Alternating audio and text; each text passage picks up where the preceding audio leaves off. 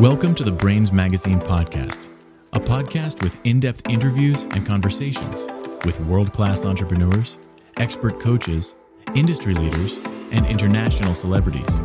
Get exclusive insight into the world of business, mindset, leadership, and lifestyle with your host, Mark Sefton.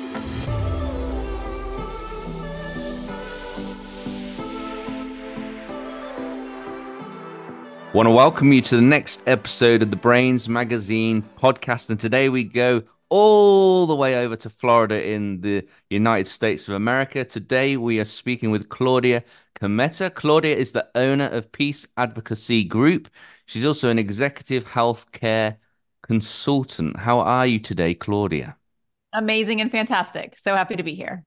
Yeah, I was going to say, even before we got going, I thought the energy between us seems really high, which is great because I always think that if you're going to spend 30 minutes with somebody, you really want them to be happy to be here, right? Correct. Yep. Obviously, it's just at the early stages of 2024, Claudia. Do you have like a word or an intention for the year ahead?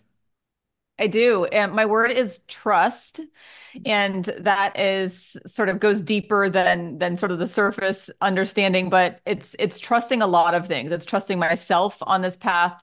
It's trusting the clients that I help. It's trusting the coaches that work with me. It's trusting a whole lot more in a society where we are largely in fear and distrust. So that's my goal for this year. Yeah, it is difficult, isn't it? Because I think at the core of trust, we have to be vulnerable in order to get to a place where we can trust, and that isn't always easy. I know that we're going to spend quite a bit of time on things around like mental health and our own healthcare. But where is the sweet spot then, Claudia, between, you're obviously saying that my word for this year is trust, trust in yourself, trust in your clients. How do we find the sweet spot of kind of like not being vulnerable to the wrong people? Because I always find that often people, the problem isn't in their giving, it's who they give to. So then they end up feeling resentful or they feel like they've been shortchanged. How do we make that loop so that we are still trusting, but not kind of naive? Yeah, I think that's a huge challenge, especially in a society that we live in that, is the news is constantly telling us what's wrong, who's out to get us. We've got alarm systems and, we're just not really set up for a lot of trust.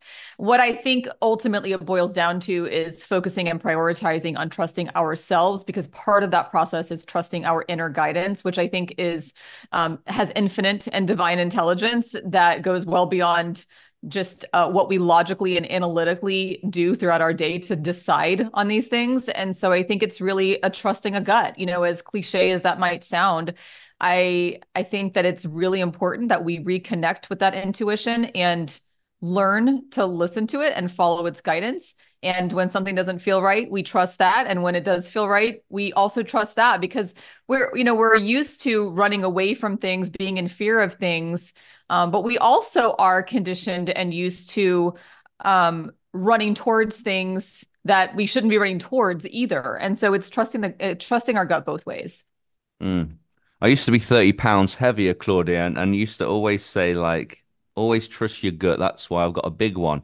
Now I've got rid of that. I've got to come up with some new material. But I I love the premise of following your gut, and it is that intuition. Um, and then again, I think it is hard to sometimes to decipher between what is intuition and actually what is maybe a fear-based decision based on our past. I mean, we all have a past and we all have a lens and we all look at life and opportunities through a lens. And sometimes that can be difficult to navigate. So I understand, like you're saying, trust your gut, but for those that are really blindsided by past, because sometimes when we experience a difficulty, it actually is to protect us from repeating that. So how do you navigate that? Yeah, there's such good questions. I have a coach, one of my coaches and mentors talks about the voices, sort of the voices and the stories that we hear and where they come from. One of them is sort of you slash God, and that's an indicator or symbolic of the true inner voice. Mm, Another one is others. So our past voices. So when we hear the voice of, our mother or our father or friends or teachers, are just past people who have influenced us. And then finally and thirdly, the voice of fear. And so if we focus on just, one and three, one being our true inner guidance, three being fear, our true inner guidance is telling us what to do and fear is telling us what not to do. mm, And so it's really differentiating what is the voice, where is it coming from? Is it my true inner voice? Is it the voice of fear without reason? So fear without an element of truth to it. I'm scared of something that there's really no evidence of fear happening here. This is a mm, story I'm telling myself. Or mm, is it, ultimately the voice of others? Is it, somebody else instilled an operating system of whatever story, maybe fear in me, and I have come to believe that. And so mm. which voice really is speaking here? And once I can decipher which voice is speaking, I can better follow the path. Yeah, because I think we all need to be mindful of who we give our ears to, because the only way into their brain, into the mind, is by our senses, what we're listening to, what we're looking at. So we really have to be mindful of that, don't we? That the people that we allow to speak into life, they need to deserve that space. Mm-hmm. Yeah. It gets into boundaries. It gets into a lot of topics of importance that all kind of come under the umbrella of of truth and ultimately of trust. Mm. And obviously, you're big into peace. You're a healthcare consultant, so healthcare being at the very root of pretty much everything you do. How do you really see and how do you believe most people see their own mental health in today's world? It's tough to navigate the society that we live in. I watch the younger generation. I have a teenage son, and it's a completely different world now than we were growing up in. And so we have the element of just the extreme evolution that's happening in our society with regard to, tech and everything else. And then also, what happened during isolation and the pandemic. And then, specifically looking into the healthcare world, some of the mental health issues that come from, the anxiety provoking elements of the way our healthcare system is set up, and a system that should be helping with mental health often is provoking it and not helping it. So a lot of areas to navigate in mental health for sure. And that is definitely something that, comes up a lot in my clients, and is it's really important to bring that into the forefront and make sure that we're prioritizing that. But also, I would say um, the identification and labeling of mental health can often take somebody down a path of a self-fulfilling prophecy. Yeah. So when a lot of people around us are, making statements like "I'm depressed," "I am anxious," those statements are very defining and identifying. And like "I am the state of depression," "I am the state of anxiety," and it becomes sort of all-encompassing of who I am as a person. And so I think our language is really important, and our identification of who we are versus something that we are facing that's an obstacle and that we're struggling with, and not sort of confusing those two. Mm. It is important what we say and the frame that we're in, because often we're prisoner in our own heads, and actually the person who's put us in changes ourselves. Absolutely. Yeah. What steps then can we take, Claudia, to improve our own healthcare, our mind? Because, we all have mental health, just like we all have physical health. I know from my own personal experience, like in December, I had some minor surgery and I wasn't able to exercise, and exercise had been at the core of my whole of 2023. And that compounded how difficult it was for me mentally, not being able to do something that's just a coping mechanism just to deal with life. So what steps can you really encourage for us to continue to improve our mental health? Yeah, I think the whole healthcare arena really it's a mindset issue for a lot of us and how we are approaching. So even if we don't have a mental health diagnosis, we are still utilizing our mind and conditioning and belief systems around the way we approach our health, the way we approach our interactions with medical staff, with physicians, with nurses. And so if we talk about the paradigm that we have around healthcare, we really kind of have to break that down into what limiting beliefs or what belief systems have we gained during our younger years of what the healthcare system is. When we were taken to the doctor by our parents, what did that look like? Because that started to shape how we interact with the medical system and what we believe it is. Do we believe that there is this entity in a white coat who has all of the answers, and whenever we have anything wrong with us, we go visit this person in the white coat who has all of the answers, and they write something on a piece of paper, and we take it to a pharmacy and it's fixed? Is that our paradigm around what healthcare is? And that includes mental health. Is it where I go, I feel like I have some type of depression, some type of anxiety, and does that look like I go to a physician, they write a prescription for an anti-anxiety medication, an antidepressant, and I fill it, and that's the fix? And if that is the paradigm we've been working under, how do we begin to shift that, unlearn that, and find a better way to approach this? And so I talk a lot. My book will be launching later this year, hopefully in the summer. And I talk a lot about unlearning. So unlearning the things that haven't been serving us and realizing that ultimately our physicians are our consultants. We are seeking a consultation with somebody who has undergone a level of training that we don't have. And that is medicine and everything else, right? I mean, there's consultants in every field. And so no different from going for legal advice or tax advice. And so we're going there to seek some suggestion, opinion, expert knowledge.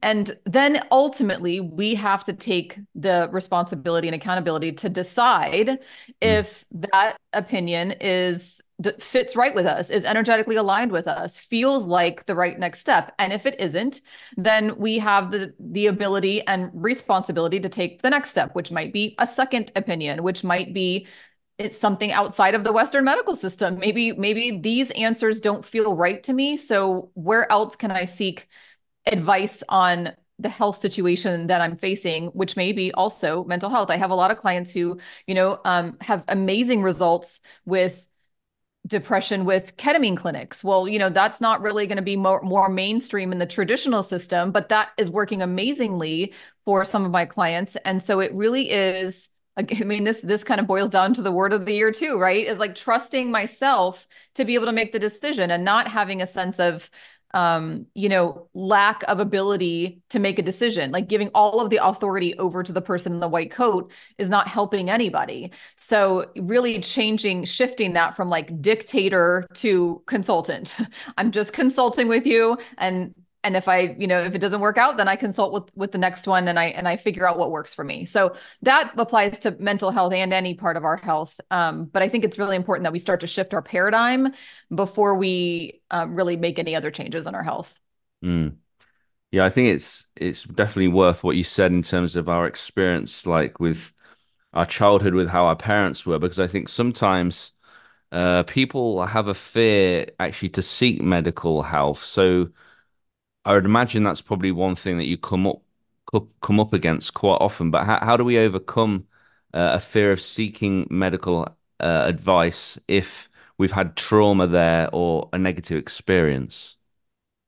Yeah, and I think a lot of people have a lot of fear and anxiety around the medical system. I mean, we even have labels to it, like white coat syndrome. That means I go into the doctor's office and my blood pressure is raised higher than it would be if I was at home. So I think ultimately is, coming back to listening to what voices are in my head. Am I really listening to a level of fear, or am I being guided by an inner knowing and a depth of guidance of my intuition? So that might mean, oftentimes it means finding another medical team. So if let's say your primary care physician, if every time you go there, you are in a state of fear or anxiety, rather than saying, okay, maybe I'm just going to take a Xanax or, a Valium every time I go to the doctor, because this is just the way it is. Maybe it's really not the way it is. Maybe it's that you really aren't in alignment with that physician. And maybe you are waiting for permission to seek another clinic, another physician, another office that has a completely different approach and practice and energy to the office, that wouldn't necessarily happen. So rather than just taking on the identity of, this is just who I am, I'm an anxious person in the office, so I have to figure it out. Really evaluating, are you waiting to seek permission? Do you really feel some depth of loyalty where you can't make this decision for yourself? Because you absolutely can. And I have an entire chapter on permission in the book because of this, because really a lot of people are ultimately seeking permission to make a decision that they intuitively know needs to happen. What's the name of your book called? Patient Empower Thyself. Yeah, you felt good saying that, didn't you? I did. I went through a few iterations, and so I felt really good when I came onto that one, and even my editor was like, "Yeah, I feel good." We were all energetically, aligned with that. So yeah, your whole being just like vibrated like tenfold when you said it. It'll be interesting to see if people can hear that, because obviously I saw it. We'll see. Often we are reactive beings, especially like with our health. Something goes wrong, then we do something. I had a wake up call myself, and then I did something. How do we go from reactive to proactive when it comes to our mental health and our physical health? Yeah, well, I think it's shifting the paradigm again, because the current healthcare system is very reactive. Our traditional Western-based medical system is built to be reactive. You go when you have a problem. In fact, I was just thinking about this today. It's like a lot of the reason why we don't have positive feelings around going to the doctor is because it's close to 100% of the time we're going there for them to identify an issue. Yeah. And so that never feels fantastic. When we go have a scan, a CT scan, an MRI, I mean, we are just anxiously awaiting results to tell us what horrible thing might be wrong with us. And so the entire system is kind of built around reactivity. Go when you're sick, find out what's wrong with you. And so one shift, just to kind of give a tangible example, so we're not always sort of, nebulous and theoretical, but for me, last year, I've had no symptoms, I had no concerns at all, but I went and sought an appointment with a functional medicine doctor only to see what I could optimize. Again, this approach of like, let me go to a physician to see what optimization strategies there might be is very, counterintuitive to the way that a lot of us approach healthcare. And that's just because of what we've been taught. We go when we're sick. But what if we instead sought consultation to figure out what can we actually make better? We already feel good. Like my baseline is good, but is it possible for me to get better? Rather than let me just wait till something gets bad. So can I, move up the mountain rather than just waiting till an avalanche pushes me down? And so I did. And, we did lab testing and pretty extensive testing. And I found out that I had, without any symptoms, H. pylori, which is a bacteria that can live in your gut. And that can eventually cause a lot of problems. It can cause gastric disturbances, but it also can cause gastric cancer. I had no symptoms, would have never known that, would have never been tested for that in a medical arena because of the lack of symptoms. And the treatment that I took was not traditional treatment. It was actually supplementation. It was like a 3-month course of improving gut health and also working on the H. pylori. And repeat testing showed, it was totally clear. But that was not reactive. It was actually very proactive. It would have been reactive if I had waited a couple years till I maybe had gastric symptoms. And then I would have been in a place where more damage would have been done, and we would have been probably in a worse place. So the point here is to see healthcare and to see the consultants that you go to see, and I try to call them consultants to try to shift this paradigm more. Is there a way that you can actually look to improve and optimize? And this is we have to take this on ourselves, because we are not going, nobody's going to, no physician is going to say, hey, let's schedule an appointment to optimize. Like, that's not going to happen. So we have to take responsibility of our own health and seeking out the professionals that we need, not only when something's wrong, but even when I feel great. Like, could I feel better? Can we get to that point in our lives where we can actually envision an even healthier and more robustly well version of ourselves? Yeah, and I think we are fighting against the way our world operates. Like, I know in the UK, if I want bloods run, they won't do it unless something's wrong, unless you go privately. We're talking about taking control and responsibility for our own health. Like, and that is very much that we have to almost do the long yards in order to get, what we need and what we want. And what a great story that was for you, just wanting to optimize, and then they actually found something, and then you were able to deal with that in such a great way. And approaching it from this way seems much more healthy. We know prevention is better than cure. We've heard that, but this is taking it like to another level, even if we're having to work against the elements. Absolutely. Yeah. It's like we've been thinking a certain way for so long that we have forgotten that we actually have choice. Like, our greatest power as humans is choice. And so I can choose to go to a doctor at a point when maybe I do have a concern, but I can also choose to seek advice on how I can feel even better. And all of it ultimately is choice. And even as you're speaking, similarly in the US, there are times when you will run across a time when a physician maybe won't order labs. And like my functional medicine doctor, definitely all cash pay. Most of them don't take insurance. So although the structures are different, similar idea where it's going to probably take a little bit more of an investment on the optimization approach.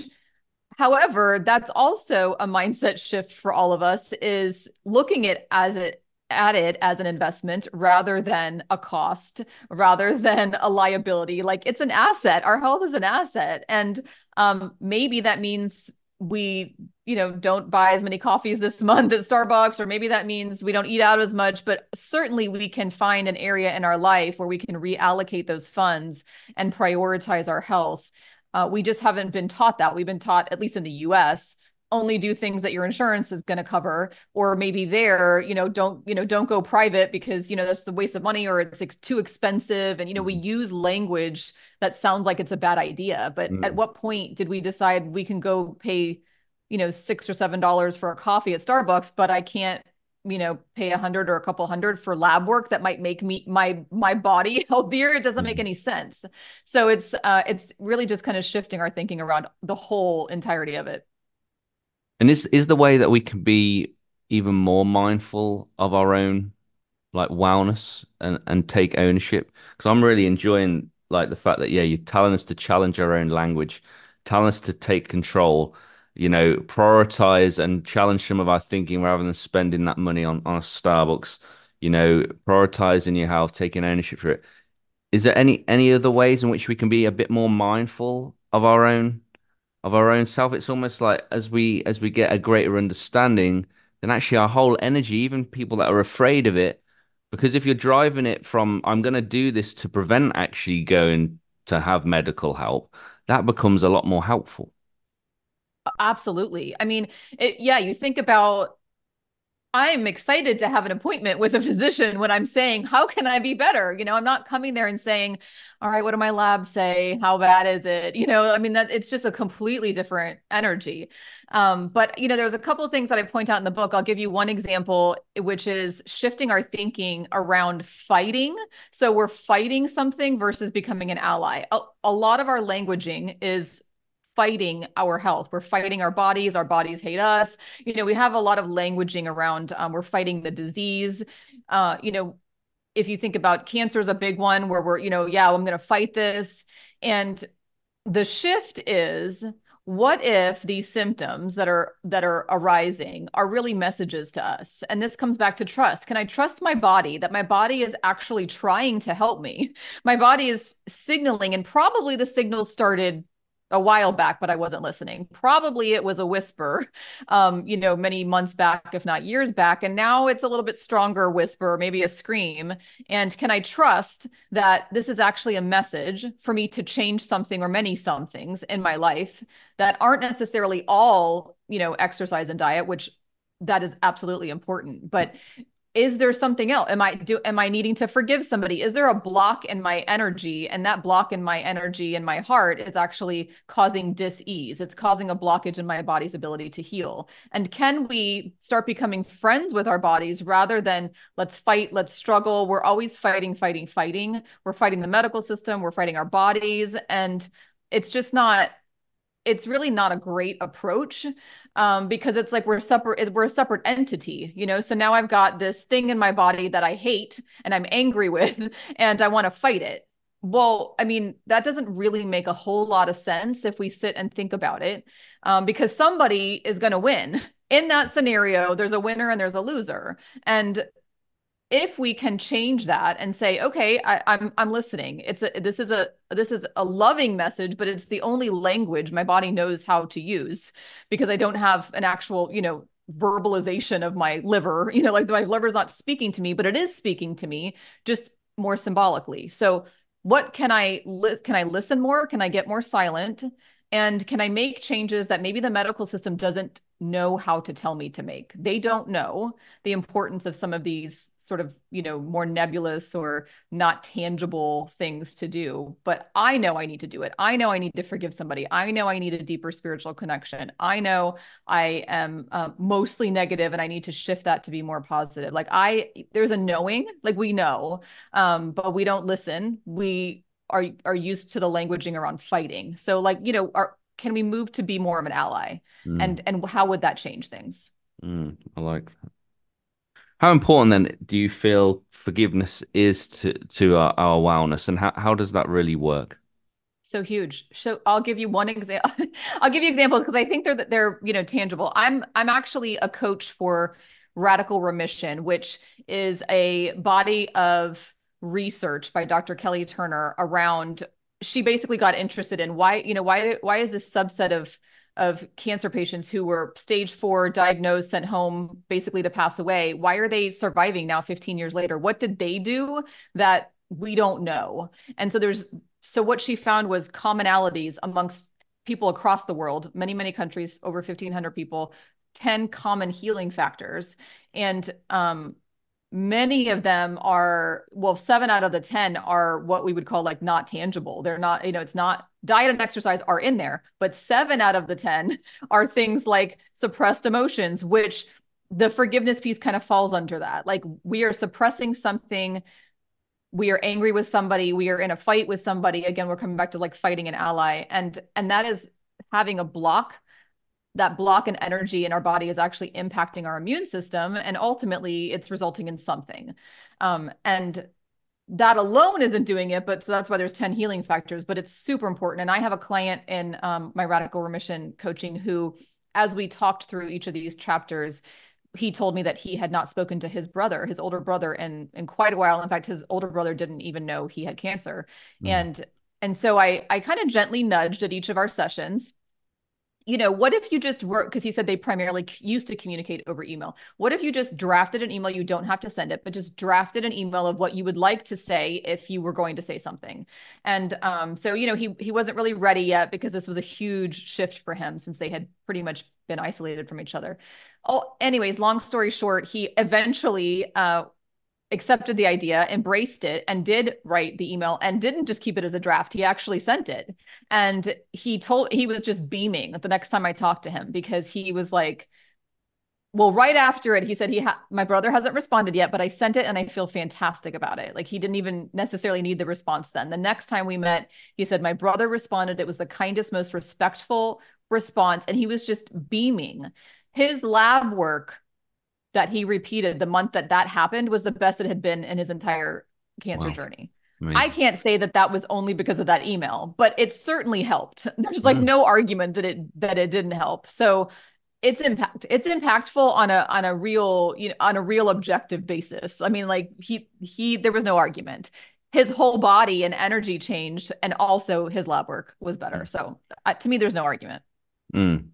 Yeah, I mean, I agree. I've seen it myself, and I've always said to people that forgiveness is for your benefit. It's not saying that what somebody did to you was right. It's not letting them off the hook, but it's really, yeah, shifting that so actually you can present yourself to other people in such a much more cleaner and clearer like channel of living and being.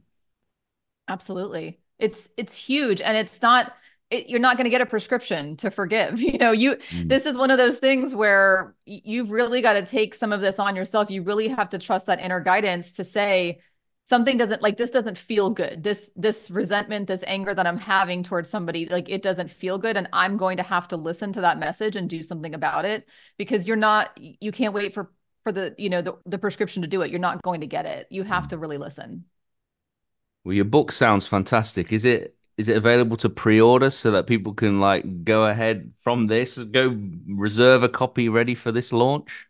I so wish I had a link. I will soon. It's not ready yet. All of the editing process is done. We're just heading into the designing of the book cover, but the content is totally done. It's a process. It has been quite the lesson in patience. The next round for my next book, I will be completely prepared for the level of patience I needed. I was not mentally prepared for this time, but it will be hopefully, fingers crossed, this summer. Sounds good.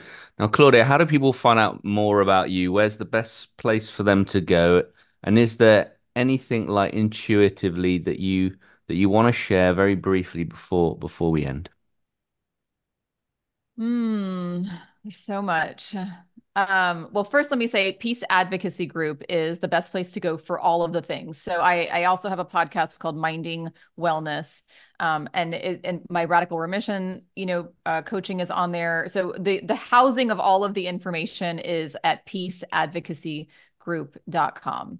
So I think what I really just want to highlight, not necessarily something new that we haven't talked about, but what I really want to highlight is the concept of permission and granting yourself the permission to make the change that probably, as you're listening to this right now, needs to change, whether that's forgiveness, like we just talked about, whether that's changing your physician, whatever that might be, or seeking a functional medicine provider or an alternative holistic provider.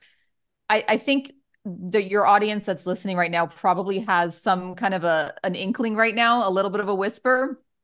If you haven't been able to give yourself permission to follow that, allow me to do that until you're able to do that yourself. That's wonderful. I love that.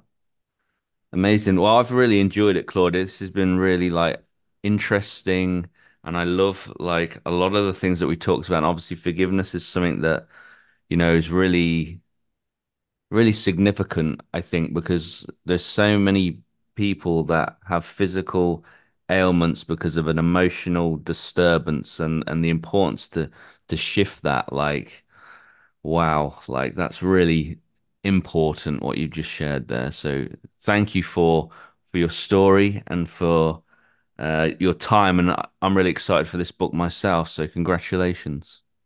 Thank you so much. Honored to be here. Thanks, Claudia.